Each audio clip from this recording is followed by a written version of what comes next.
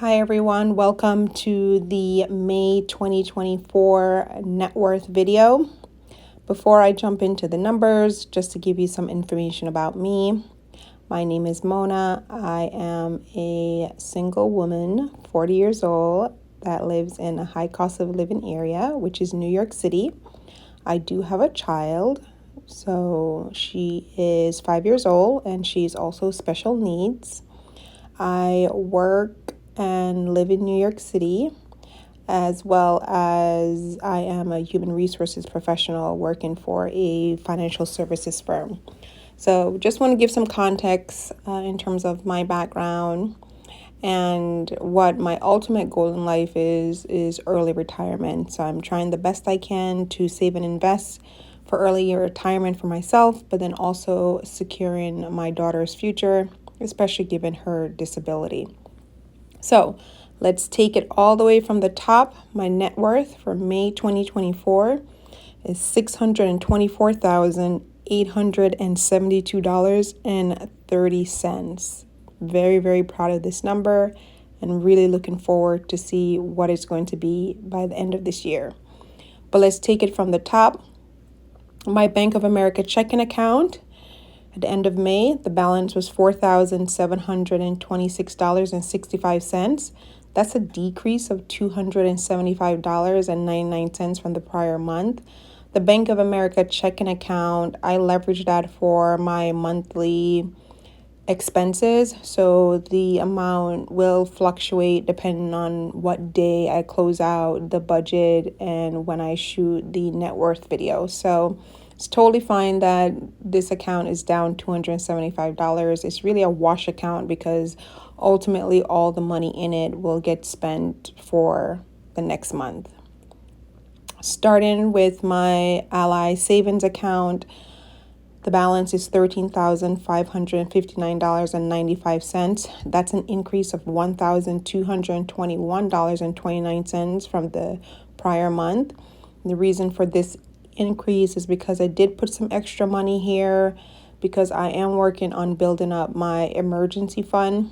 So I know my last paycheck I did do a larger deposit, and then I did some smaller deposits over the past month. My ultimate goal for my emergency fund is $20,000. So I do have a long way to go, but I'm just continuing to just put money towards it every single month. Now, the entire balance here is not my emergency fund only. I do have some other sinking funds in there. Right now, my emergency fund balance is $11,475 out of this $13,559. But again, hoping to just continue to contribute to it and get it ultimately up to $20,000. It's not going to happen in 2024. But I'm hoping maybe at some point by the end of 2025, I'll have that $20,000 saved up, but we'll see. Moving on to the 401k plan, balance on that account is $256,067.04. That's an increase of $12,094.79. This is a really great increase from the prior month. The 401k, I maxed it out in May. I maxed out my 401k in terms of my contributions in March. So I haven't been able to contribute any more money to the 401k since March. So this is 100% growth, which is really awesome. I am looking forward to the day when my 401k is at least $500,000. I do feel like it is a bit low for my age. Again, I am 40, but I'm just trying the best I can. Moving on to the Roth IRA, balance on that account is $36,423.49. That's an increase of $1,623.08 from the prior month. Similar to the 401k, I maxed out the Roth contribution in March. So this is 100% growth because I'm not able to contribute to the Roth anymore. And yeah, I think this is pretty decent growth for 1 month. In the past with the Roth IRA, it was really rough because I wasn't seeing any gains, but I'm very proud of how far this account has come, and looking forward to seeing it continue to grow. Brokerage account. Balance on that account is $131,328.86. That's an increase of $8,920.31 from the prior month. I do heavily invest in the brokerage account because I am interested in early retirement.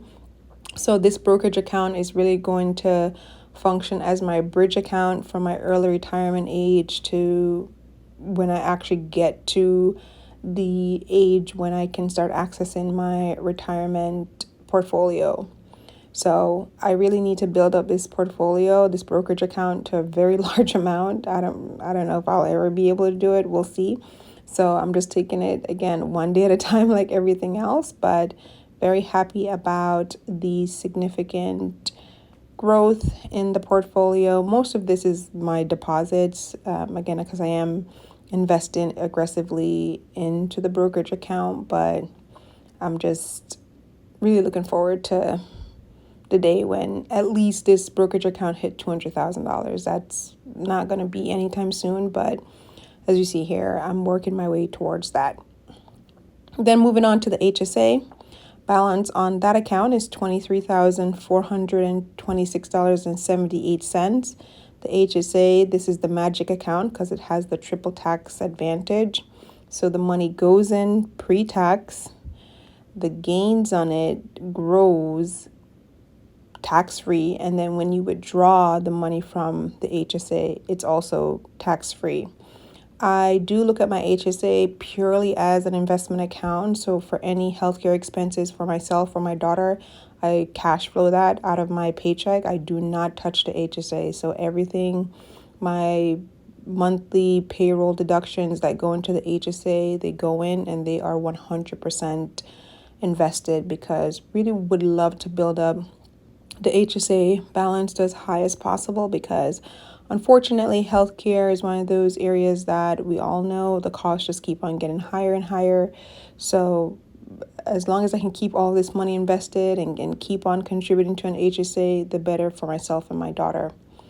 I forgot to mention the difference from the prior month. So that's an increase of $1,643.46, which is very impressive for the HSA. Able, the balance on that account is $37,123.96. ABLE stands for Achieving a Better Life Experience, and it's an investment account / checking account for people with disabilities. And given my daughter has a disability, her money that I'm investing specifically for her is in an ABLE account. Now, the balance on the account, that's an increase of $1,411.87. Now, this is all growth because the ABLE account, you can only contribute $18,000 towards it for the year of 2024, and I've hit that contribution. Not because I contributed $18,000, but I did a rollover from her 529 to the ABLE account because at first I had a 529 for her, but it's now given her disability. Makes sense for all of her money to be in the ABLE. So the rollover amount from the 529 plus the contributions I made directly to the ABLE account had me max it out. I think I maxed it out in March. So this is 100% growth because I haven't been able to contribute to the ABLE account at all. So very, very impressed with the ABLE account and how much it has increased in 1 month. My home is valued at $435,000. That's the purchase price that I paid for it. I'm planning to just keep that amount flat for the entire year of 2024. So because of that, there's no difference in the value of my home. So if you add up all of the assets, my total assets for May of 2024 is $937,656.73. I am just getting closer and closer to $1 million in assets, which is going to be so freaking awesome. Now, if I move over to my liabilities, I just have one, which is my mortgage. The balance on the mortgage is $312,784.43. That's a decrease of $1,761.73 from the prior month. I am also working on somewhat aggressively paying down the mortgage. Investing is more important than paying down the mortgage at this point for me. One, I have limited funds, and then two, I am more interested in early retirement. So I just want to do the best I can to give me the best possible chance of retiring early. And for me, retiring early is like between the age of 45 and 50, more 45 than 50, but I don't think I'll be able to retire that early, but I can dream, right? Let's dream, let's go hard, let's go for the best. And if I don't get there at 45, I get there at 50, I still will be very happy, because to be 50 years old and retired is very rare. Most 50-year-olds are working full time.